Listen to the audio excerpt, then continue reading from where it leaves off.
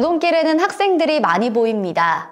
활기가 넘치는 청소년들을 보는 것만으로도 흐뭇한 미소가 지어지는데요. 지금의 정동에는 덕수초등학교, 창덕여자중학교, 이화여자고등학교, 예원학교 등이 아직도 자리하고 있습니다. 근대화가 시작된 이후 지금의 대한민국이 있기까지는 교육의 역할이 가장 컸을 거라고 생각하는데요.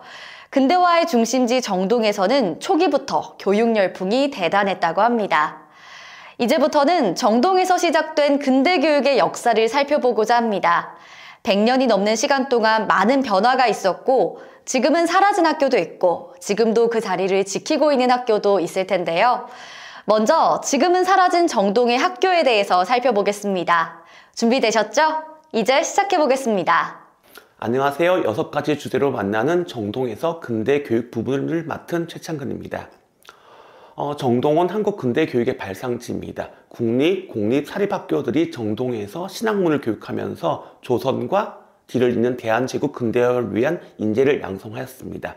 그 중에서는 정동을 지키고 있는 학교도 있고 정동을 떠난 학교도 있습니다. 여기서 한 가지 중요한 것은요. 애초에 한국 최초의 근대 사립학교는 정동에 자리했던 배재학당이라고 알려졌는데 그보다 2년 앞선 1883년 원산 학사가 지금의 한경남도 원산에서 개교해가지고 한국 최초의 근대사학은 원산학사로 알려져 있습니다. 그러나 정동의 배재학당, 그 다음 이화학당, 그리고 오늘날 연세대학교에 전신되는 경신학교 등이 정동에 자리하면서 근대교육의 기틀을 다졌고요. 지금은 사라졌지만 유경공원이라고 정부에서 세운 학교도 존재했습니다. 그리고 장로의 최초의 여성교육기관인 정신여학당은 오늘날 정신여자중학교, 정신여자고등학교의 시초가 되고 있습니다. 그 중에서요, 오늘날 서울시립미술관터에 자리 잡았던 유경공원은 국립외교원, 국립외국어대학이라 할 수 있고요. 한성법어학교, 그러니까 법어는 프랑스어를 당시는 법어라고 했어요. 참고로 말씀드리면 우리는 불란서어라고 음차 표기를 하는데 그건 일본식 표기고요. 법국이라고 법자의 나라 국자를 쓰면 그건 중국식 표기인데 당시에는 불란서라는 표기 대신 법국이라고 했고 프랑스어도 불란서어가 아닌 법어라고 했습니다. 두 엘리트 교육기관은 폐교되었지만 조선과 대한제국 근대교육, 특히 외국어 교육 역사에서 가장 중요한 역할을 했습니다. 이러한 사실들을 종합할 때 정동은 대한민국 근대교육의 발상지라는 사실만은 변치 않는다고 할 수 있습니다. 저와 함께 정동에 남아있는 대한민국 근대교육의 발자취를 따라가 보시겠습니다. 오늘날 독수궁 돌담길을 따라가다 보면은 왼편에 서울시립미술관이 있습니다. 서울시립미술관은 원래 대법원 청사로 쓰였던 것이고요. 그 이전에 일제시대 때 경성법원 청사였습니다. 지금은 사라졌지만 그 터에는 근대 교육을 위한 관악, 즉 정부에서 만든 학교가 개교를 했었습니다. 학교 이름은 유경공원이고요. 뜻을 풀이하자면 영재를 양성하는 요람이라는 뜻을 담았습니다. 이 학교 설립 배경에는 당시 시대적 배경이 있는데요.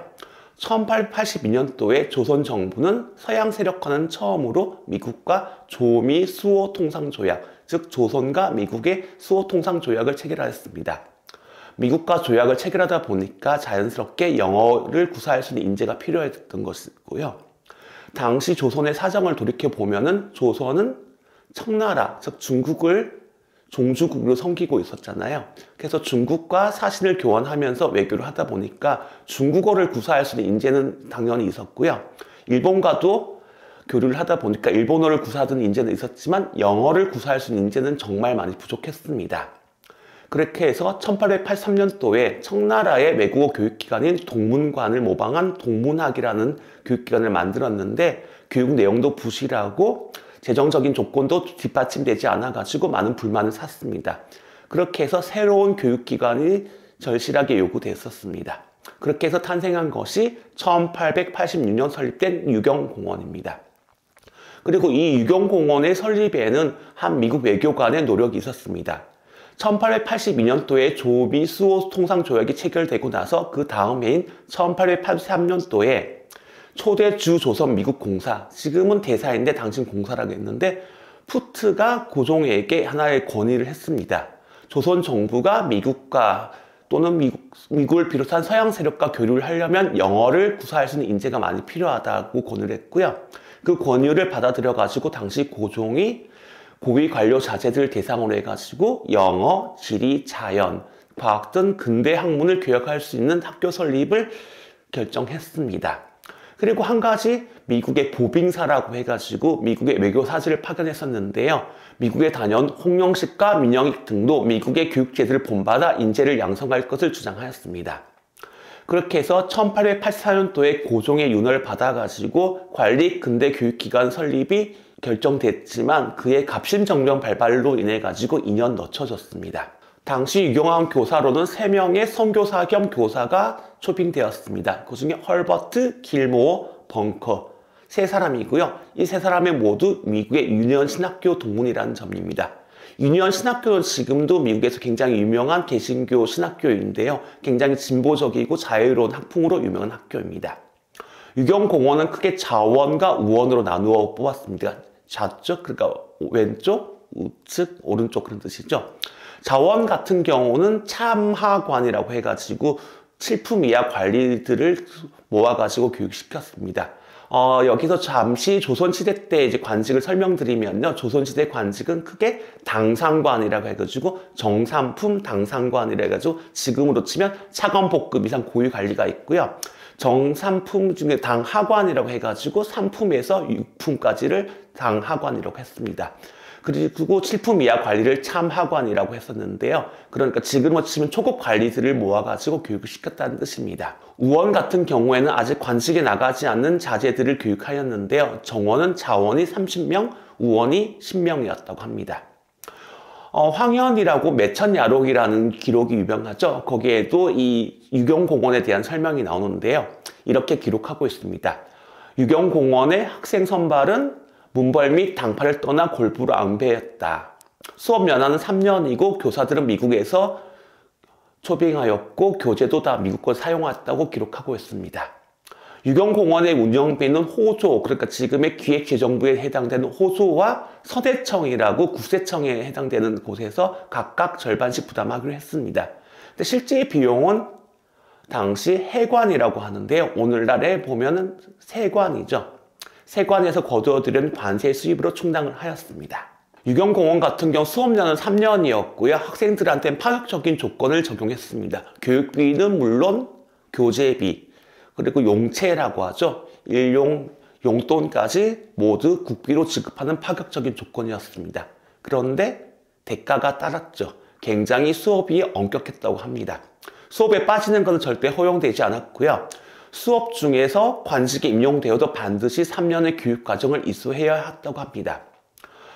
이 유경공원의 과목에서 가장 중요한 것은 외국어 과목, 그 중에 영어였고요. 그 다음에 수학, 세계 지리 등 기초 과목과 외국어, 과학, 각국 역사, 정치, 외교, 군사 등 근대 학문을 망라하고 있었습니다. 당시에 팔리사무라고요. 지금 총괄 감독으로서 유경공원 운영을 책임졌던 민종묵이라는 분이 있는데요. 유경공원 규칙서라고 유경공원을 운영하는 매뉴얼의 교과 과정에 대해서 다음과 같이 서술하였습니다. 유경공원을 설치하고 서양 교사를 초빙하여 총명한 자를 선발하되 모두 젊은 문무 선비로 하였다. 그리하여 영어 문자를 가르쳐서 외국과 교섭하는 의식을 상세히 알고 통상할 때의 규칙을 분명히 알게 된 연후에 외국으로부터 기만을 당하거나 그들의 계책에 끌려다니는 꼴을 당하지 않게 할 것이다.